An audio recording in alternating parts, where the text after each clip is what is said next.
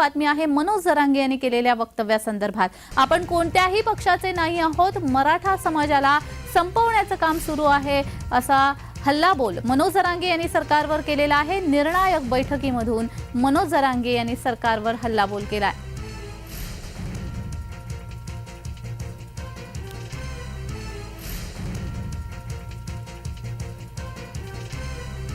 निर्णायक बैठकीतून मनोज जरांगे यांनी सरकारवर हल्लाबोल केलेला आहे। मराठा समाजाला संपवण्याचं काम सुरू आहे असं वक्तव्य मनोज जरांगे यांनी केलेलं आहे। आपण कोणत्याही पक्षाचे नाही आहोत असं देखील वक्तव्य त्यांनी यावेळी बोलताना केलंय।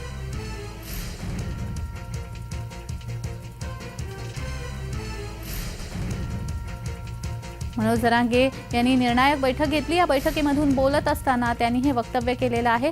मराठा समाजाला संपवण्याचं काम सुरू आहे असं वक्तव्य त्यांनी केलेलं आहे। सरकारवर त्यांनी बैठकीमधून हल्लाबोल केलाय। आपण कोणत्याही पक्षाचे नाही आहोत असं वक्तव्य त्यांनी यावेळी केलं।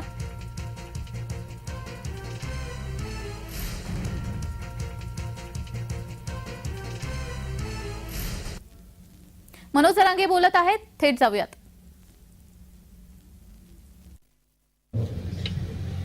तरी म्हणणार त्याच्यात बी असलं तरी काय मोठं नाही।